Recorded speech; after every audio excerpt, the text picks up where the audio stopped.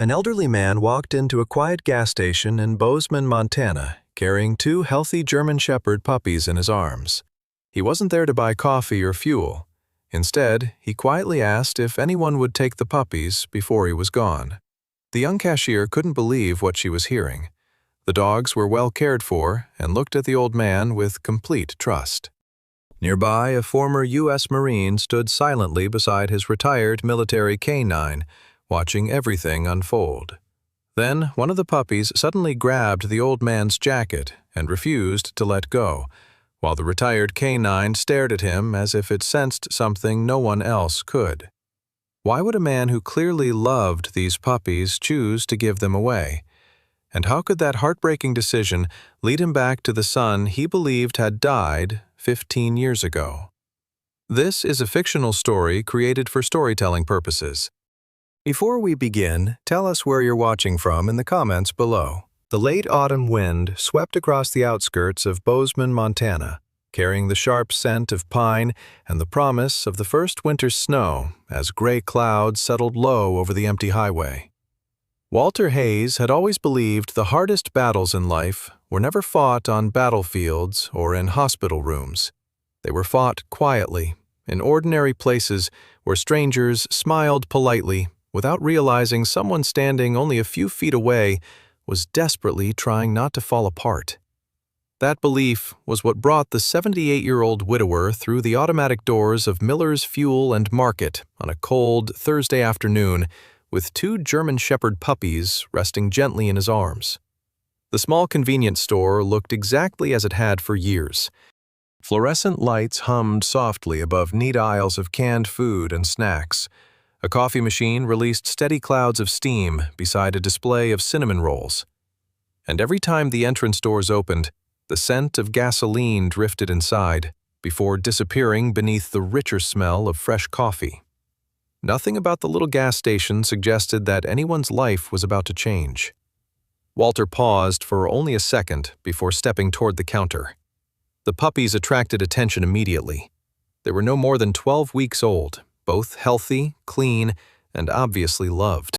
The male puppy, Milo, was larger, with thick, black and tan fur, oversized paws that he had not yet grown into, bright amber eyes full of fearless curiosity, and a dark green leather collar that still looked brand new. His sister, Scout, was slightly smaller, softer around the face, and had one floppy ear that refused to stand upright. Her sable markings were lighter around her cheeks, giving her a permanently gentle expression, and unlike her adventurous brother, she buried her nose against Walter's old canvas jacket whenever unfamiliar voices surrounded her. Neither puppy looked abandoned. Their coats shined beneath the lights, their nails had been trimmed recently, and they smelled faintly of cedar shampoo. Emily Brooks noticed all of that before Walter even spoke. At 25 years old, Emily had learned to read people long before she learned to trust them. She was slender, with shoulder-length chestnut hair tucked behind one ear, pale freckles scattered across a fair face, and thoughtful hazel eyes that lingered on details most people overlooked. Years of helping raise two younger brothers after her mother passed away had given her a quiet maturity uncommon for someone her age. She smiled warmly from behind the register. "Good afternoon, sir." Walter returned the smile, though it looked more practiced than genuine. His neatly combed silver hair framed a deeply lined face, and several days of gray stubble softened a square jaw that still hinted at the disciplined soldier he had once been. Although age had bent his shoulders slightly, there remained a quiet dignity in the way he carried himself. His pale blue eyes held the kind of sadness that did not come from one bad year, but from decades of carrying memories too heavy to put down. Emily's attention drifted toward his hands. His left hand trembled almost imperceptibly beneath Milo's weight. It was not the nervous shaking of fear. It was the controlled tremor of someone fighting physical pain while pretending everything was fine. Walter carefully placed both puppies onto the counter, stroking Scout gently behind the ears before clearing his throat. "I was wondering," he began, but the words caught unexpectedly.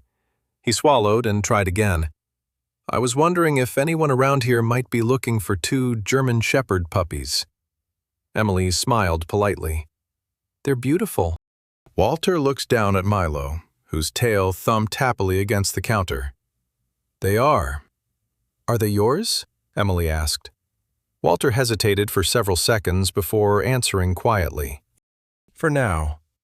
Something about those 2 simple words made Emily's smile fade. Walter lowered his eyes. I'd like to give them away. Silence settled across the counter. Outside, a pickup truck rumbled past the gas pumps, while inside, the coffee machine hissed softly. Emily searched his face for some explanation. You mean, sell them? Walter slowly shook his head.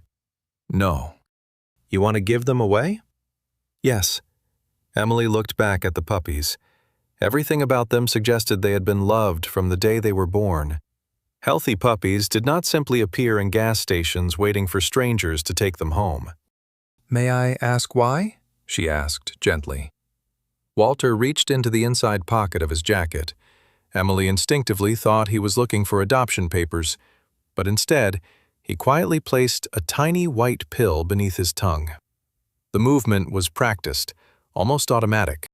Emily immediately recognized the medication. Her grandfather had taken the same heart medicine during the last years of his life. Walter noticed her watching and forced another faint smile. It's nothing, he said, though neither of them believed it. After a long pause, he finally admitted, I'll be in the hospital for a while. Long enough that they deserve someone who can actually care for them. Before Emily could respond, the entrance doors slid open again, letting another blast of icy Montana air into the store. A tall man stepped inside, wearing a faded olive-green jacket over a charcoal sweatshirt. He looked to be in his mid-30s, standing well over 6 feet tall, with broad shoulders, short, sandy blonde hair, and a neatly trimmed beard that softened an otherwise angular face marked by a thin scar beneath his right cheekbone.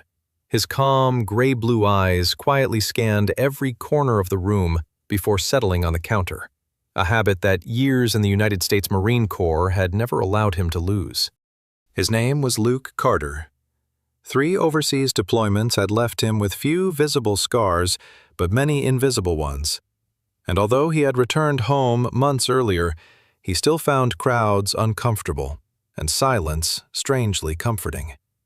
Walking beside him without pulling on the leash was Rex, an 8-year-old retired military German Shepherd.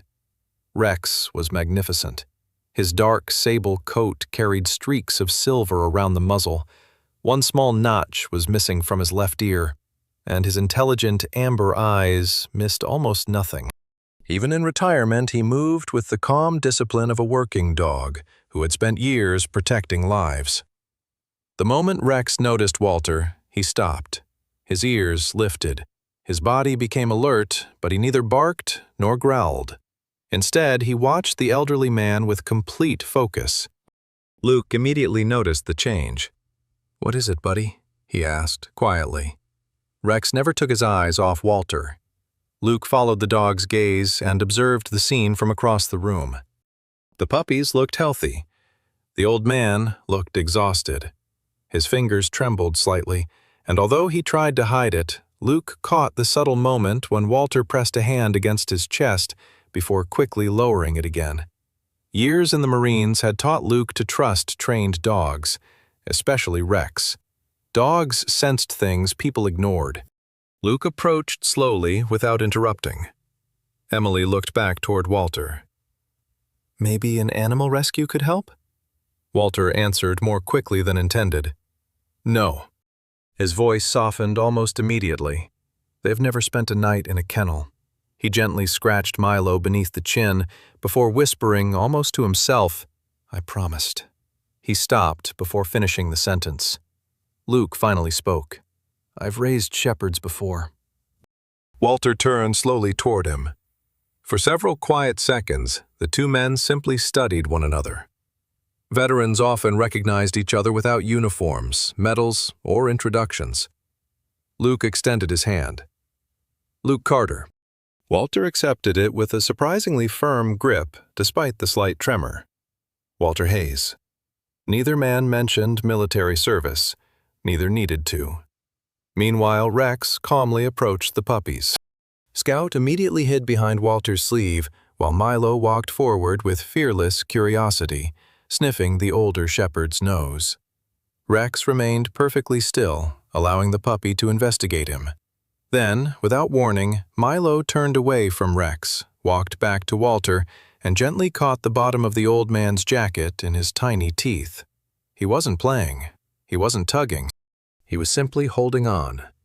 Walter looked down, his weathered face tightening as emotion flooded through him. He tried to free the jacket carefully. "Milo," he whispered. The puppy refused to let go. Walter tried once more, this time barely able to speak. "I'm sorry." When Milo finally released the fabric, Walter quickly looked away so no one would notice the tears gathering in his tired blue eyes. Without another word, he lifted both puppies into his arms and walked slowly toward the parking lot. Luke watched through the front windows as Walter carefully settled Milo and Scout into the passenger seat of an old blue Ford pickup before climbing behind the wheel himself. He remained standing there long after the truck disappeared onto the highway. Rex looked up at him and let out one quiet, questioning whine. Luke sighed softly, resting a hand against the old shepherd's neck. "I know," he murmured. "Something isn't right." A few minutes later, Luke climbed into his own truck and followed from a respectful distance, intending only to make sure the old man reached home safely. But 20 minutes later, Walter drove past every neighborhood leading into Bozeman, and instead turned toward a lonely white church standing among towering pine trees. Behind the church, hidden beneath fading autumn grass and weathered stone fences, stood a single memorial marker. Walter parked his truck, lifted both puppies into his arms once again, and slowly walked toward the lonely stone, alone. Walter Hayes reached the weathered memorial stone just as the last traces of daylight faded behind the mountains. Milo and Scout settled quietly in his arms, as though they had been there many times before. The old church behind him had stood for over a century, its white paint peeling under countless Montana winters, while the small patch of land beyond it belonged to the church rather than any public cemetery. It was peaceful, private, and almost forgotten by the town. Walter lowered himself carefully onto the damp grass with a quiet groan, his knees protesting the movement. He placed both puppies beside him before brushing fallen pine needles away from the stone with the tenderness of someone greeting an old friend rather than cleaning a monument. The marker was simple gray granite, worn smooth by 15 winters, and carried only 4 words engraved near the center. "Until you come home." There was no name, no birth date, no date of death. Just those 4 words. Walter rested one weathered hand against the cold stone and smiled faintly, though sadness quickly replaced it. "I'm sorry I'm late again, son," he whispered. "The traffic was worse than usual." Scout curled against his leg, while Milo wandered only a few feet away before returning, unwilling to stray far from the old man. Walter chuckled softly at the sight. "You're just like your father," he murmured to Milo. "Always pretending to be brave until you realized you were alone." Hidden behind a cluster of pine trees nearly 50 yards away, Luke Carter remained inside his truck with the headlights off. He had no intention of spying on Walter's grief, yet something about the old Marine's instincts told him leaving now would be a mistake. Beside him, Rex sat perfectly still, amber eyes fixed on the distant figure. The retired military shepherd neither whined nor barked. He simply watched. Luke noticed Walter speaking for several minutes, sometimes smiling, sometimes lowering his head as though listening to answers no one else could hear. It wasn't madness. It looked like love refusing to surrender. Eventually, Walter reached into his jacket and removed a faded photograph. Even from a distance, Luke could tell it had been folded and unfolded thousands of times. Walter held it against the stone. "You'd laugh if you saw me now," he said quietly. "Can't even carry 2 puppies without getting out of breath." He smiled again, but this time it collapsed almost immediately. "Doctor says I shouldn't be lifting anything heavier than 20 pounds. He looked toward Milo and Scout. Guess nobody told them. After another long silence, Walter stood with visible effort and carried the puppies back toward his truck. Only after the old pickup disappeared down the narrow country road did Luke finally step out into the cold evening air. Rex followed close beside him. As Luke approached the stone, he expected to find the name of someone Walter had lost. Instead, he found only those same 4 words carved into the granite. Until you come home. That's unusual, Luke muttered. Rex sniffed around the base of the marker before sitting quietly beside it. There were fresh flowers, though none had been purchased from a florist. Wild yellow asters and pine branches had been arranged by hand. Someone came here often. Luke crouched and brushed away a thin layer of leaves near the base. The earth looked slightly disturbed, as though it had been dug before. Before he could examine further, another voice interrupted him. You won't find a grave under there. Luke turned to see a broad-shouldered man in his mid-50s walking from the church parking lot. Sheriff Daniel Ross carried himself with the relaxed confidence of someone who had spent decades calming arguments rather than starting them. His weathered face, trimmed salt and pepper mustache, and deep-set brown eyes gave him the appearance of an old rancher more than a lawman. Everyone in Bozeman knew Daniel as a patient sheriff who preferred conversation over handcuffs, a trait earned after 30 years protecting the same community. Luke straightened. You know Mr. Hayes? Daniel nodded slowly. Known him almost 20 years. His eyes drifted toward the memorial. He built this himself after his boy disappeared. His son died? Luke asked. Daniel sighed. Nobody knows. He folded his arms against the cold. Jack Hayes was a firefighter with the state wildfire crews. 15 years ago, his unit got trapped during the Bridger Ridge fire. Most of the crew made it out. Jack never did. Luke glanced back at the stone. They never found him? Not a trace. Daniel shook his head. No body, no gear, nothing. Then why the memorial? Daniel smiled sadly. Because Walter refused to believe his son was dead. He pointed toward the inscription. Until you come home. Walter wouldn't allow anyone to carve a death date because, in his mind, there hadn't been one. Luke remained silent. Daniel continued. Every week he comes here, talks to that stone, brings flowers. Some folks think it's unhealthy. He paused. I think it's what kept him alive after his wife passed. Luke looked around the quiet church grounds. His wife? Margaret died 5 years ago from cancer. Daniel's voice softened. After that, it was just Walter. Luke thought of the 2 puppies. Until recently. Daniel nodded. Those dogs changed him. First time I'd seen him smile in years. The comment settled heavily inside Luke. If the puppies had brought Walter back to life, why was he trying to give them away? As darkness settled completely across the valley, Luke drove back toward town. But the image of Walter talking to that lonely memorial refused to leave him. The next morning, Emily found Luke sitting alone at a corner table inside the gas station, staring into untouched coffee. She walked over, carrying a fresh cup. You followed him, didn't you? Luke smiled sheepishly. Was I that obvious? Emily shrugged. Only to someone who was wondering the same thing. Luke told her about the memorial and the sheriff's explanation.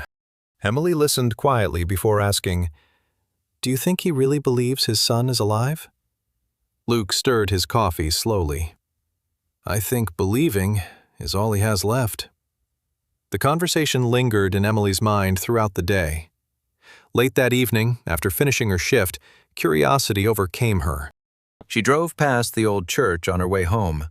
Moonlight filtered through the pines, painting long silver shadows across the quiet grounds.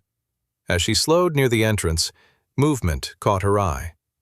Walter's blue pickup was parked beside the memorial once again.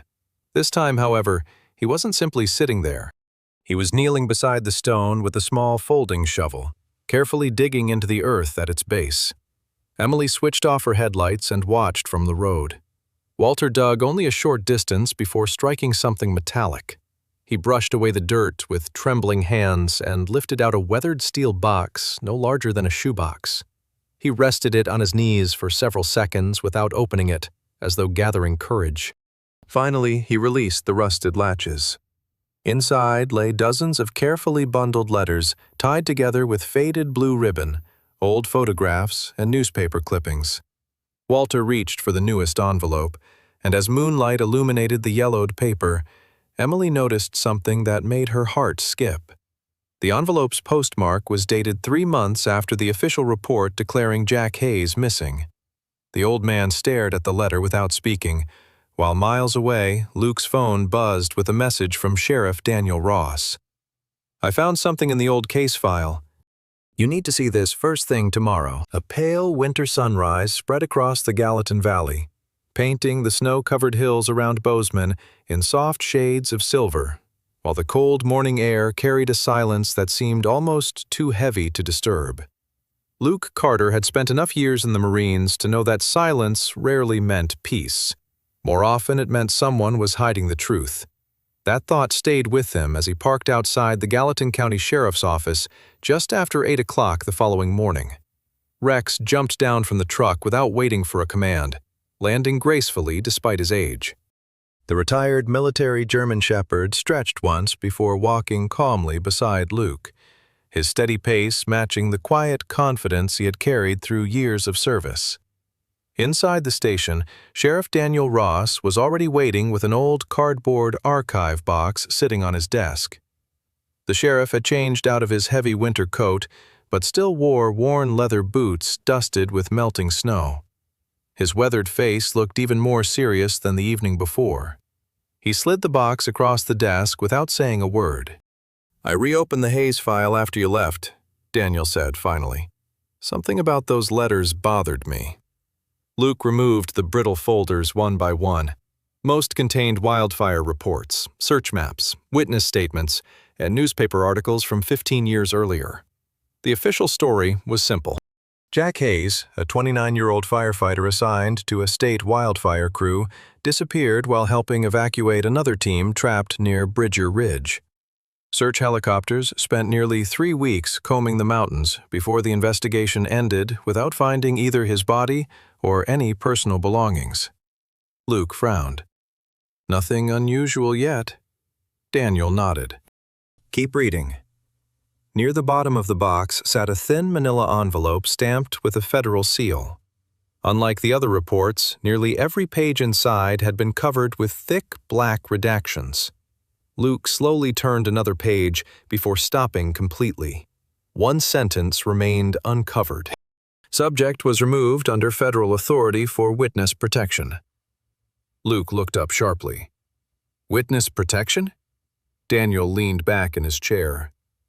That file wasn't available 15 years ago. It was partially declassified last month. Luke continued reading. The documents revealed that while fighting the wildfire, Jack had accidentally discovered an illegal operation hidden deep inside the forest. Federal investigators later uncovered a network using abandoned logging roads to transport large quantities of narcotics across state lines. Jack became the only surviving civilian witness able to identify several members of the organization. Instead of being declared dead by the government, he had been quietly placed into the federal witness protection program. Every official record was sealed.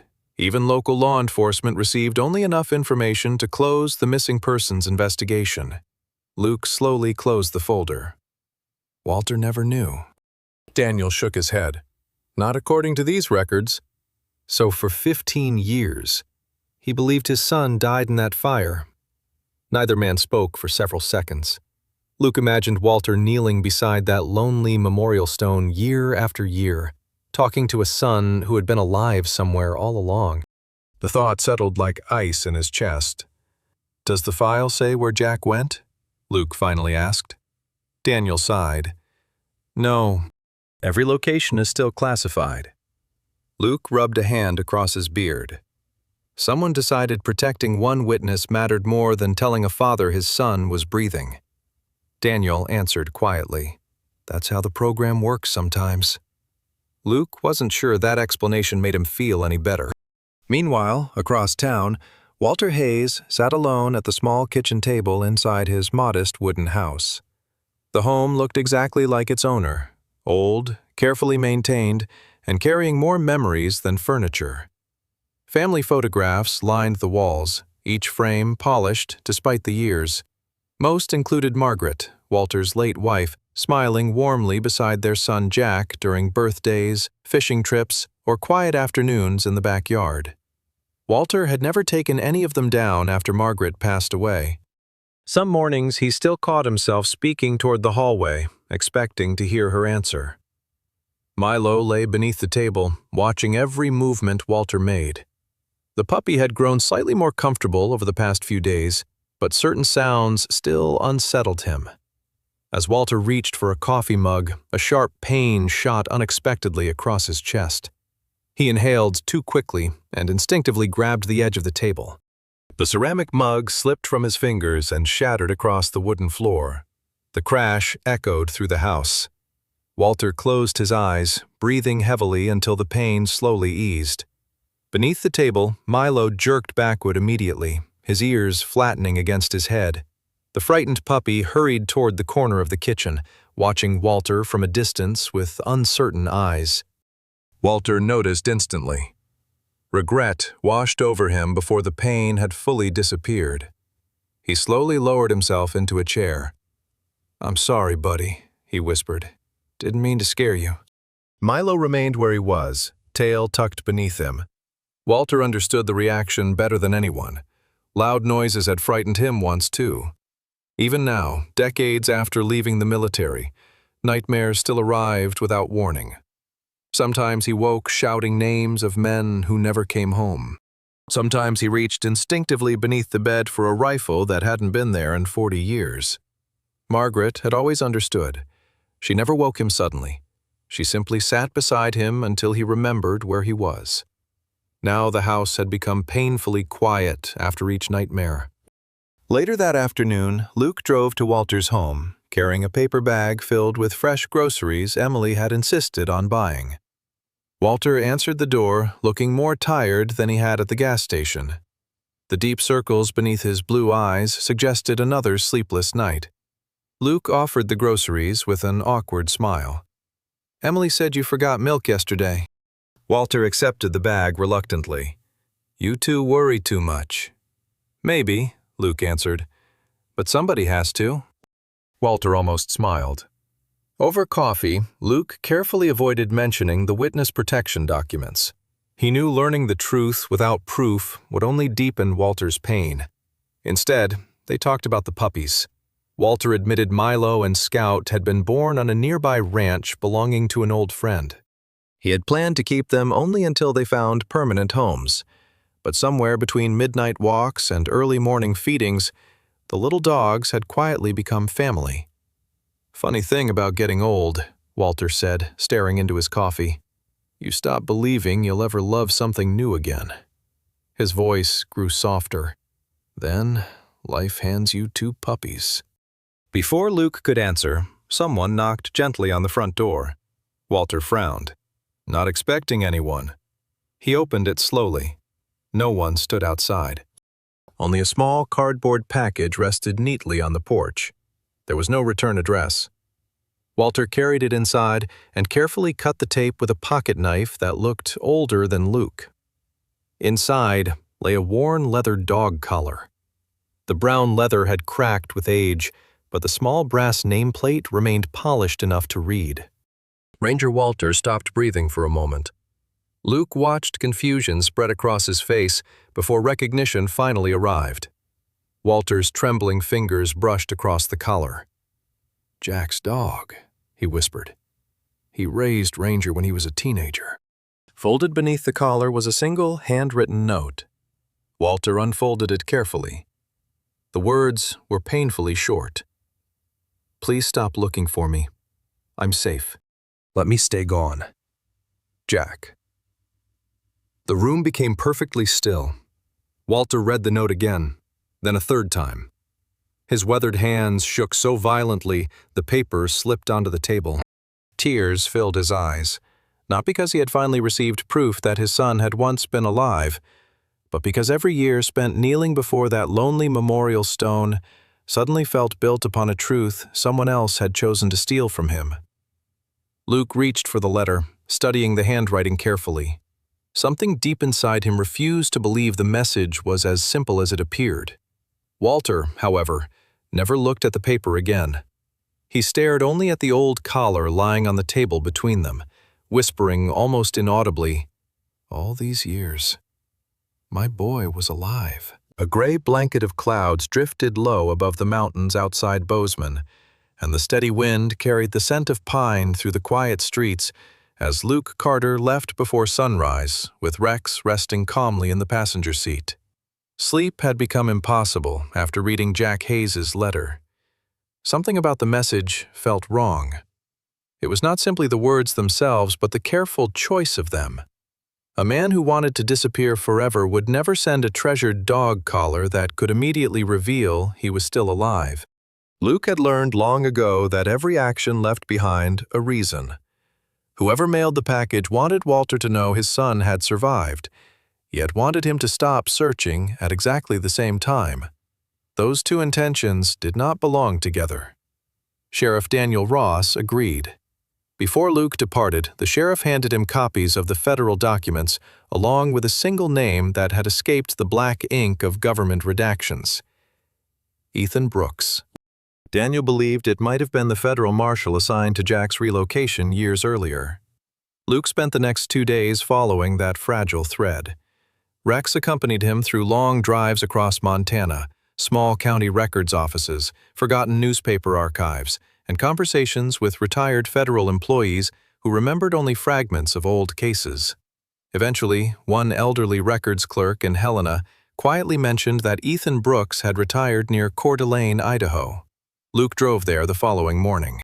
Ethan was now nearly 70, broad-shouldered despite his age, with neatly trimmed white hair and tired blue eyes that suggested decades of carrying other people's secrets. He lived alone beside a quiet lake where fishing boats drifted across still water each evening. At first, he refused to speak. Witness protection cases remained confidential even after retirement.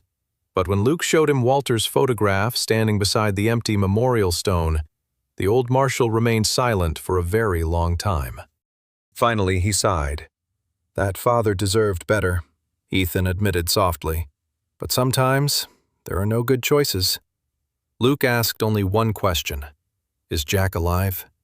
Ethan hesitated before giving the smallest nod. "Yes." Luke's heartbeat quickened. Ethan continued carefully. 15 years earlier, the criminal organization Jack had witnessed had stretched across several western states. 2 suspects escaped arrest and were believed capable of targeting witnesses years later. Federal prosecutors insisted complete isolation offered Jack the greatest chance of survival. Jack accepted the new identity because refusing meant placing both himself and Walter in danger. Every letter he wrote home was destroyed. Every phone call was forbidden. Luke listened quietly, but one question continued bothering him. Then why send the collar now? Ethan looked toward the lake before answering. Because Jack never stopped watching his father.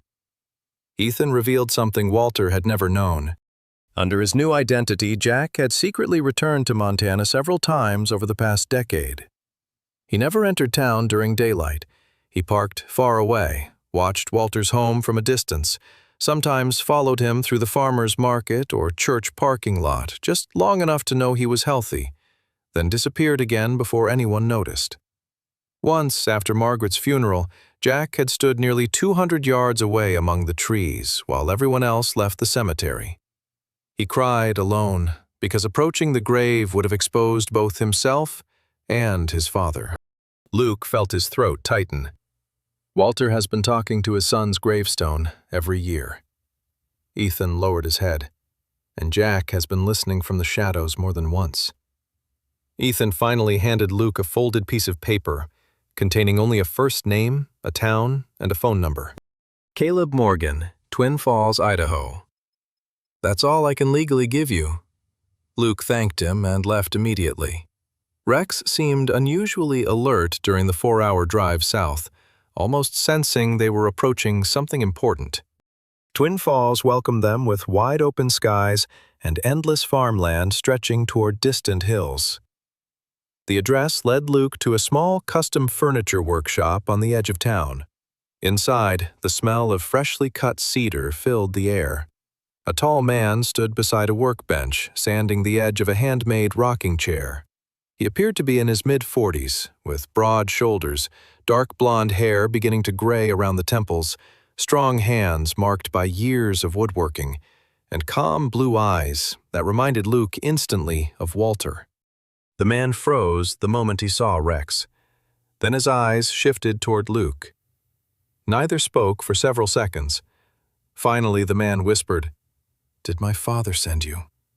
Luke answered honestly, "No, he doesn't even know where you are." The man slowly placed the sanding block onto the bench. "Then you know who I really am." Luke nodded. "Jack Hayes." Jack closed his eyes. For a brief moment he looked like a son instead of a middle-aged carpenter. He invited Luke into a small office behind the workshop. Photographs covered one wall.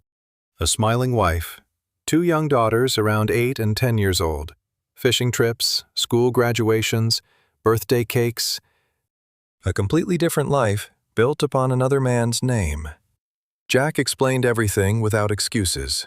The danger had faded years ago, but government lawyers insisted reopening his identity could unravel dozens of old prosecutions and expose confidential operations. Eventually, fear became habit. Every year that passed made returning home even harder. Shame slowly replaced hope. "How do you tell your father you let him bury an empty grave for 15 years? Jack asked quietly. Luke had no answer. Jack admitted mailing Ranger's old collar after learning through public records that Walter's health had begun declining. He wanted his father to know he had not died in the fire, but he believed reopening the relationship would only create fresh pain. "He deserves peace," Jack whispered. "Not another goodbye." Luke leaned forward. "Walter doesn't need peace." Jack looked confused. Luke continued. "He needs his son." Jack stared at the family photograph on his desk for a long time before speaking again. "I can't face him." "Why?" "Because he'll forgive me." Luke frowned. Jack's voice trembled for the first time. "If he hated me, I could survive that. But he'll forgive me, and I don't think I can forgive myself." Hours later, Luke prepared to leave. Rex stood beside Jack for a brief moment. The old German shepherd gently rested his muzzle against Jack's hand without being commanded. Jack smiled sadly as he scratched behind Rex's ears. "Military dogs always know who's hurting," he whispered. Before Luke climbed into the truck, Jack finally spoke one last sentence. "I'll answer your calls if you need me." Hope flickered inside Luke. "Then come home with me." Jack slowly shook his head, tears gathering in his eyes. "I'll meet with you again, whenever you ask." His voice broke before the final words escaped. "But I'm not ready to face my father." Luke drove back toward Montana, carrying the answer Walter had spent 15 years searching for. Yet somehow knowing Jack was alive did not feel like victory. It felt like standing halfway across a bridge that neither father nor son possessed the courage to finish crossing. The first cold rain of autumn settled quietly over Bozeman, painting the sidewalks silver while yellow leaves drifted across the empty parking lot outside St. Mary's Medical Center. The town seemed unusually quiet, as though the mountains themselves were waiting for something they could not yet name. Luke Carter had spent most of the previous night driving back from Idaho with more questions than answers. He finally knew Jack Hayes was alive. He also knew Jack wanted to come home but feared facing the father he had unknowingly abandoned for 15 years. Luke had rehearsed dozens of ways to tell Walter the truth, but fate refused to wait. Before dawn, Emily Sanders called with panic trembling through her voice.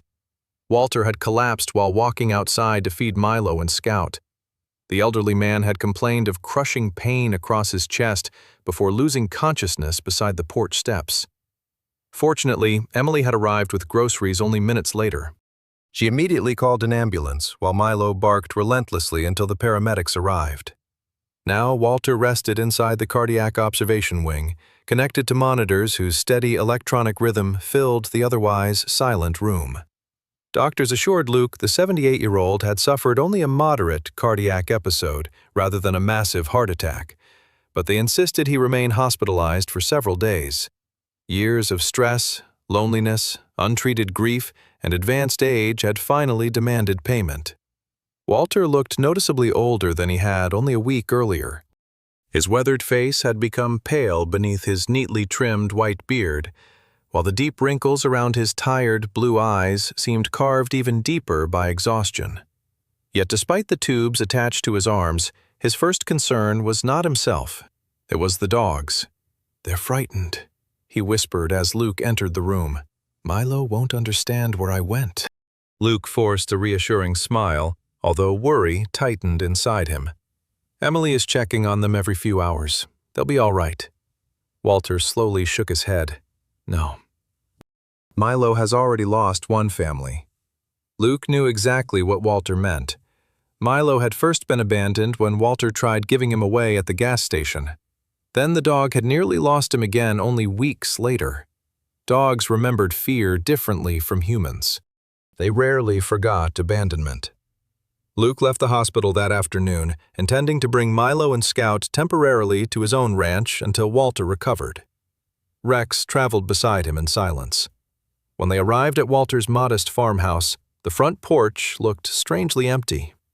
Scout greeted Luke immediately, her tail wagging politely before she trotted toward Rex with quiet affection.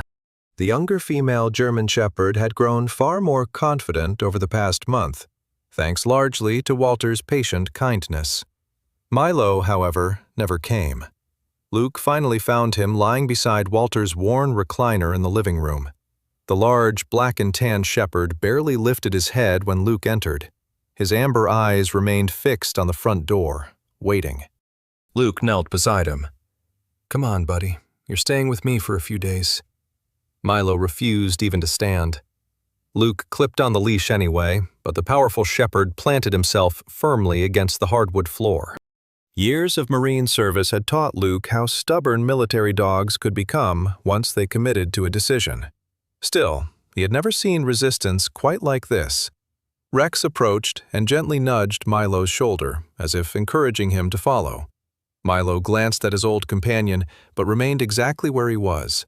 Eventually, Luke managed to guide both dogs toward the truck. Scout climbed inside willingly beside Rex. Milo stopped halfway across the yard. Then, with one powerful pull, he slipped free of Luke's grasp and sprinted toward the house again. Instead of hiding, he positioned himself directly beside Walter's empty porch chair, lowered his body onto the wooden boards, and refused to move. Luke tried again. The same thing happened. Emily arrived carrying fresh groceries and quietly watched the struggle. "He's guarding Walter," she whispered. Luke finally sighed. "Then we'll take him to the hospital." Hospital administrators initially refused.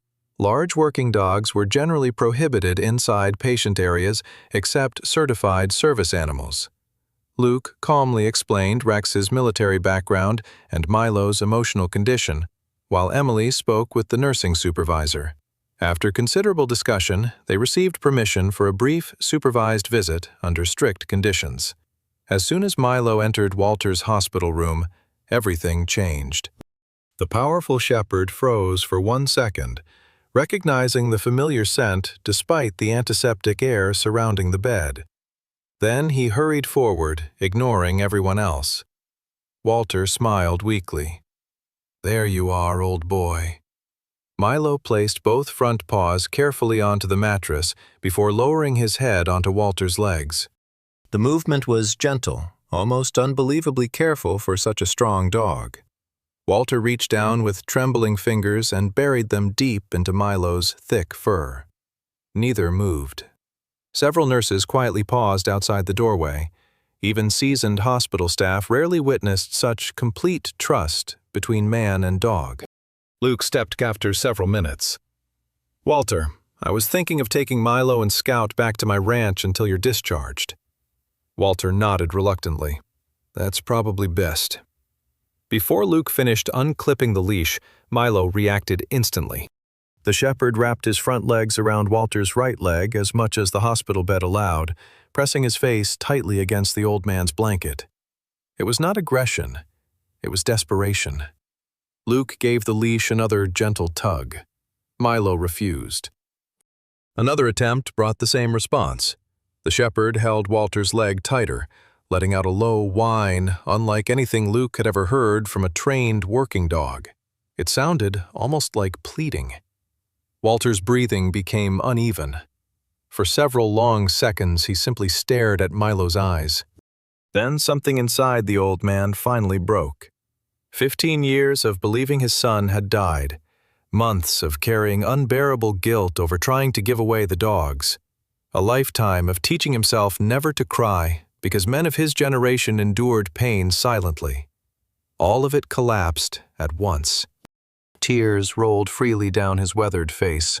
He wrapped both arms around Milo's neck as best he could and sobbed without restraint. "You stayed," Walter whispered between broken breaths. "Everyone else had to leave, but you stayed." Emily quietly wiped tears from her own cheeks. Even Luke looked away for a moment, remembering brothers he had buried overseas and promises that could never be fulfilled. Rex calmly lay beside the hospital bed, watching the emotional reunion with quiet understanding. Luke finally unclipped Milo's leash completely. "He's not coming with me," he said softly. Emily looked surprised. "The hospital might object."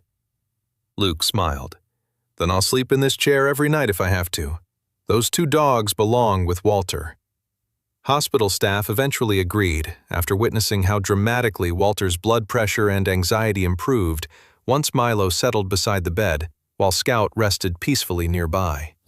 For the first time since arriving, Walter fell asleep naturally, without medication. Late that evening, Luke stepped outside the hospital into the cool Montana night. Rain had finally stopped, leaving the parking lot shimmering beneath yellow streetlights. His phone vibrated unexpectedly. The caller ID displayed an unfamiliar Idaho number. Luke answered immediately. Neither man spoke for several seconds. Finally, a familiar voice broke the silence. It was Jack Hayes. His voice remained steady, but Luke could hear emotion hidden beneath every word.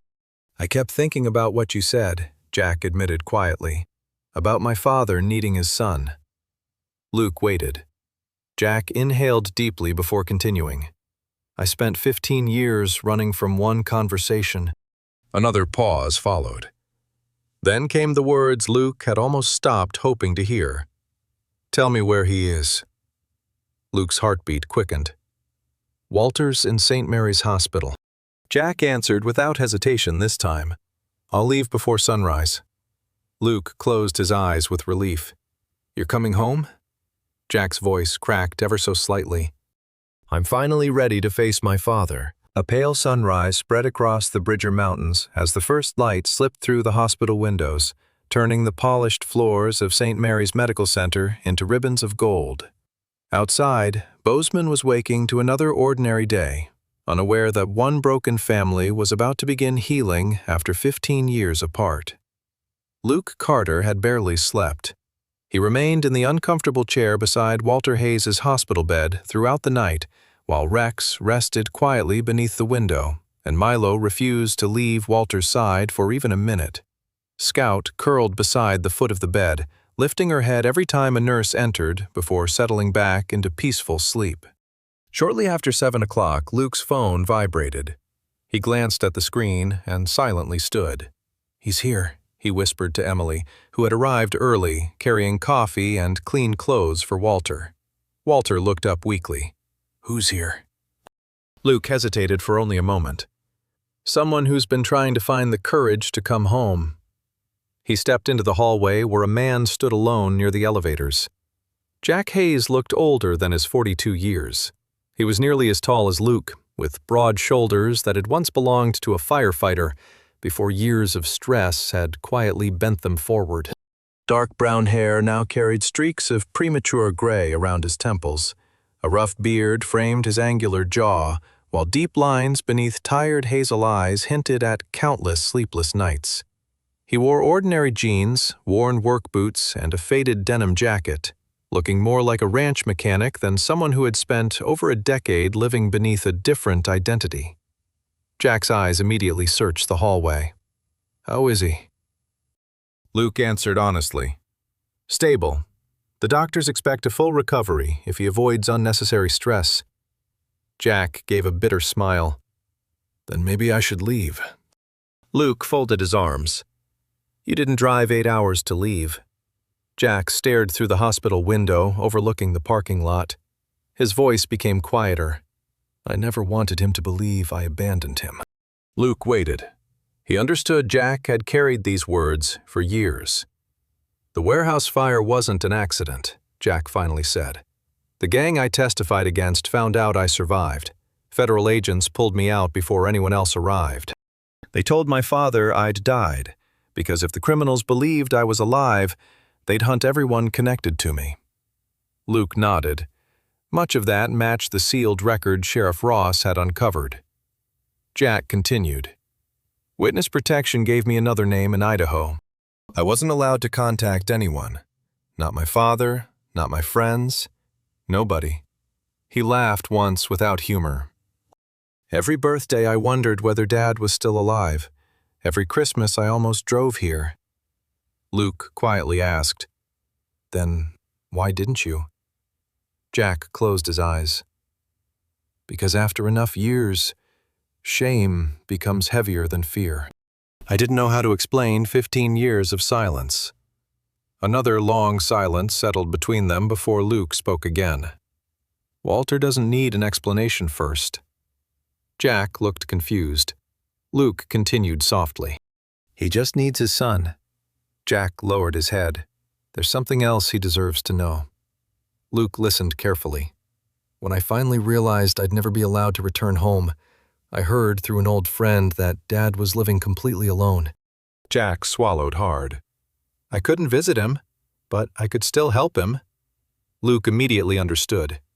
"Milo and Scout." Jack nodded. "I adopted Milo when he was still a young working-line shepherd.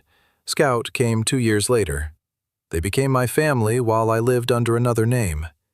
His eyes filled with tears. "When I heard Dad was sinking deeper into loneliness after retirement, I contacted a retired federal marshal who still knew how to reach Bozeman anonymously. I asked him to deliver both dogs without revealing where they came from."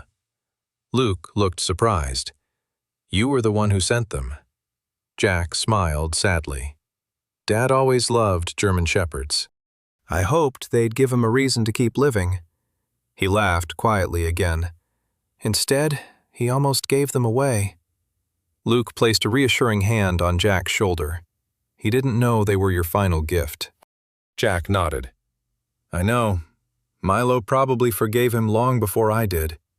Luke smiled slightly. "Then maybe it's your turn."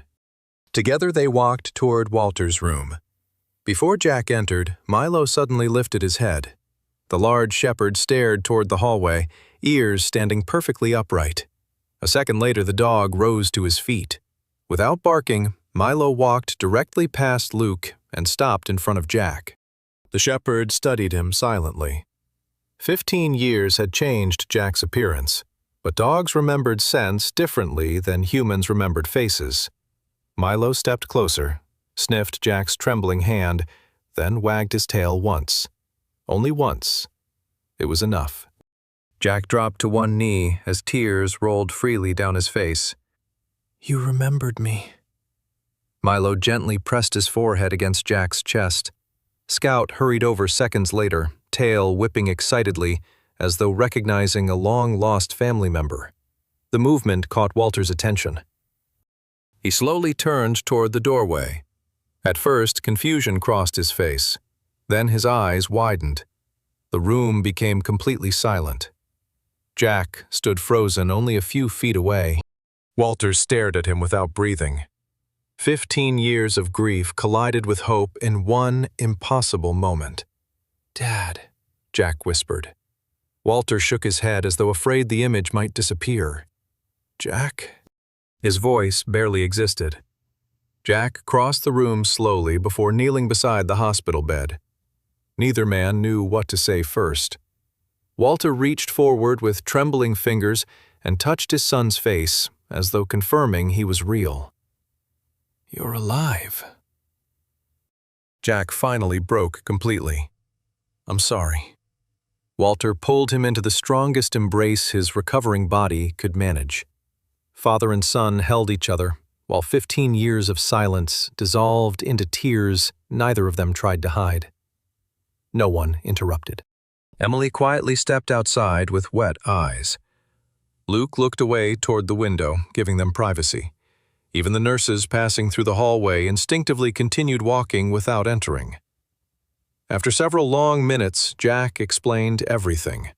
The witness protection program, the threats, the impossible choices, the anonymous delivery of Milo and Scout.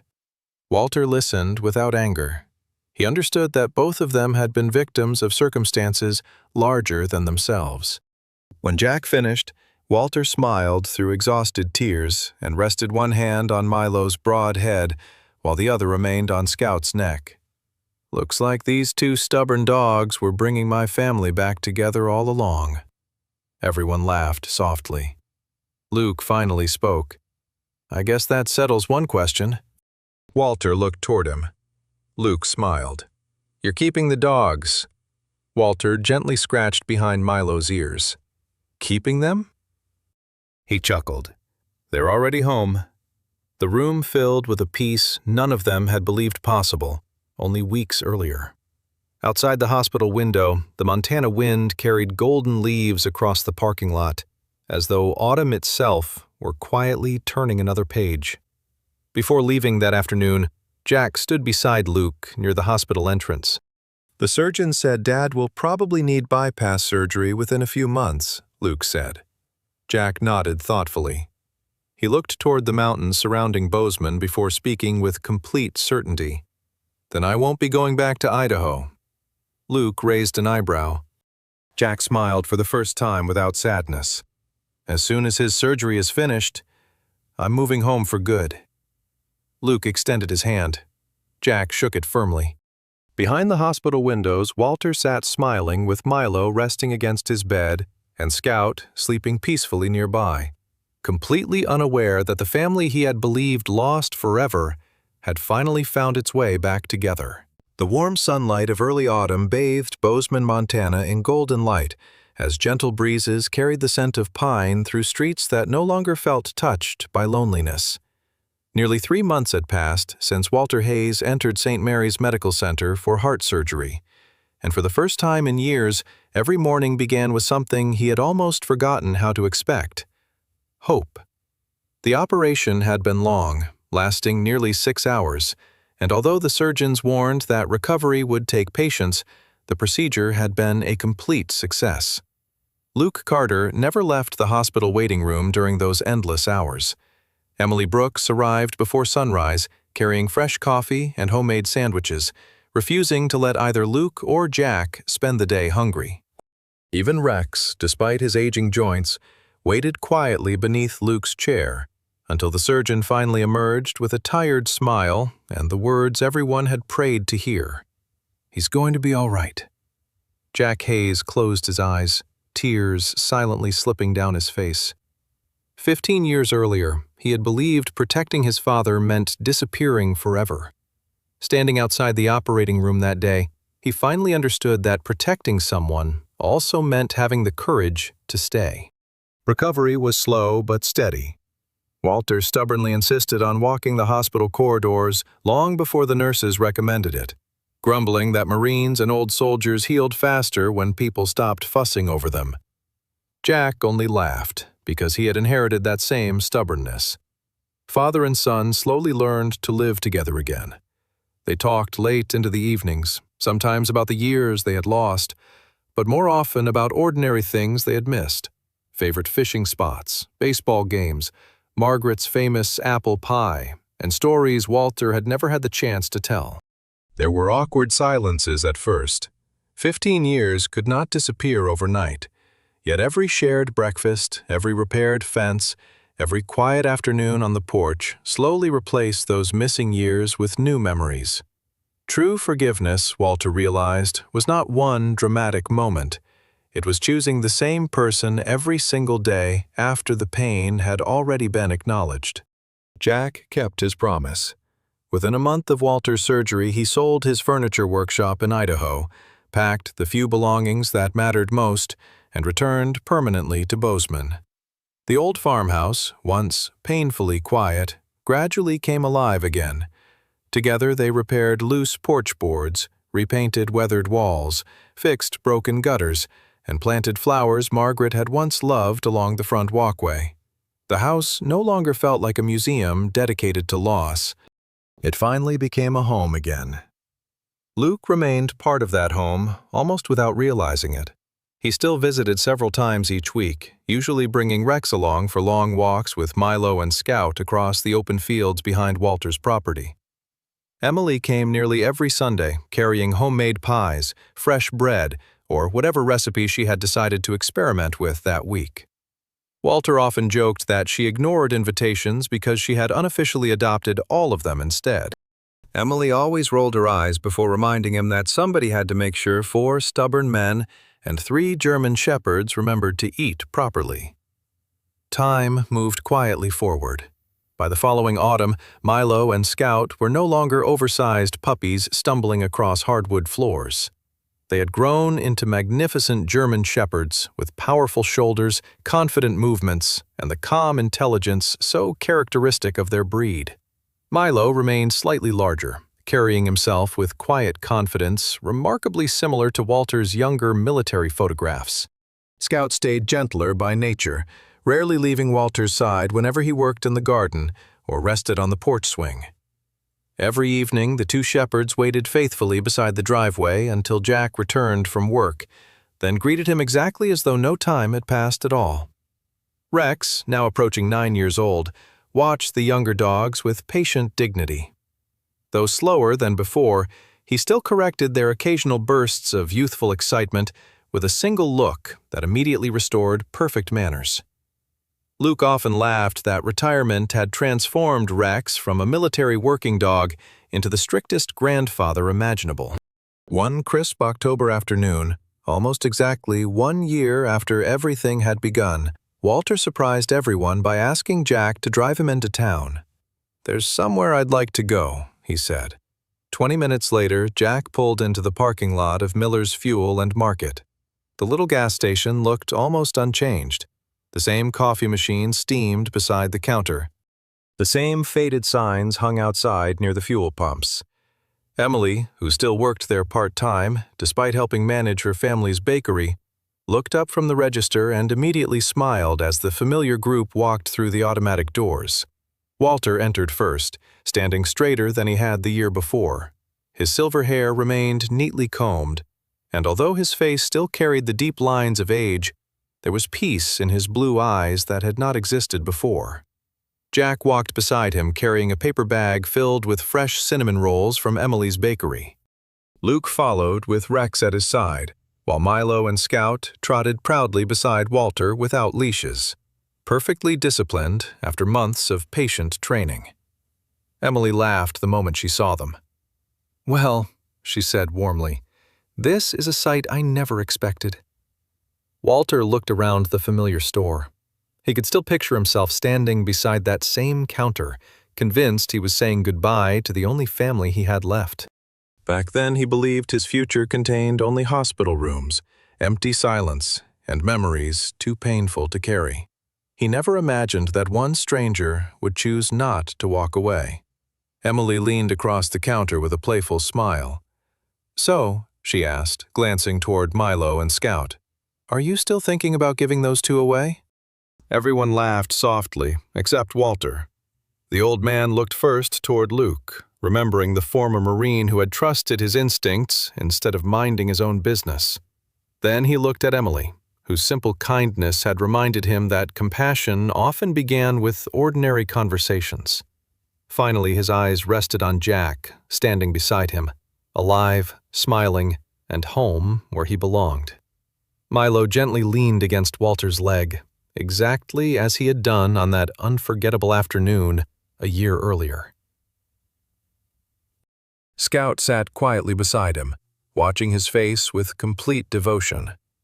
Walter slowly knelt despite Jack's protest about his new heart, wrapped one arm around each shepherd, and smiled, with tears quietly gathering in his eyes. "No," he answered softly. "I thought I was saving them that day." He looked toward his son before continuing. "Turns out, they were saving me all along." Silence settled across the little store. It was not the heavy silence of grief that had filled the room 1 year before. This one carried gratitude instead. As they stepped back outside beneath the bright Montana sky, Walter paused beside the gas pumps where everything had begun.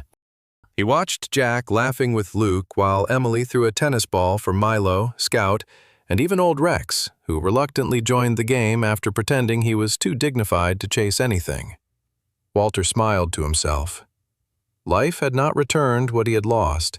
Margaret was still gone. 15 years could never be reclaimed. Some scars would always remain. Yet life had quietly given him something equally precious, a second chance to love without fear of losing again. As the truck disappeared down the highway toward home, Walter rested one hand on Milo's broad head and watched the endless Montana mountains stretch beneath the afternoon sun. Sometimes miracles did not arrive with thunder, impossible signs, or dramatic rescues. Sometimes they arrived disguised as 2 German Shepherd puppies, a retired Marine who chose to care, a young woman who refused to ignore another person's pain, and a son who finally found the courage to come home. And sometimes, after believing your family had been broken forever, you discovered that home had simply been waiting patiently for everyone to find their way back. Sometimes God's greatest miracles don't arrive with thunder, flashing lights, or impossible signs. More often they come quietly through the people and companions He places along our path at exactly the right moment. A loyal dog, a compassionate stranger, a long-awaited act of forgiveness, or the courage to come home can become the very answer to prayers we thought had gone unheard. In our own lives, many people around us are carrying silent burdens that no one else can see. A simple act of kindness, a phone call, a visit, or choosing not to give up on someone may become the miracle God uses to change a life forever. If this story touched your heart, please share it with someone who may need hope today.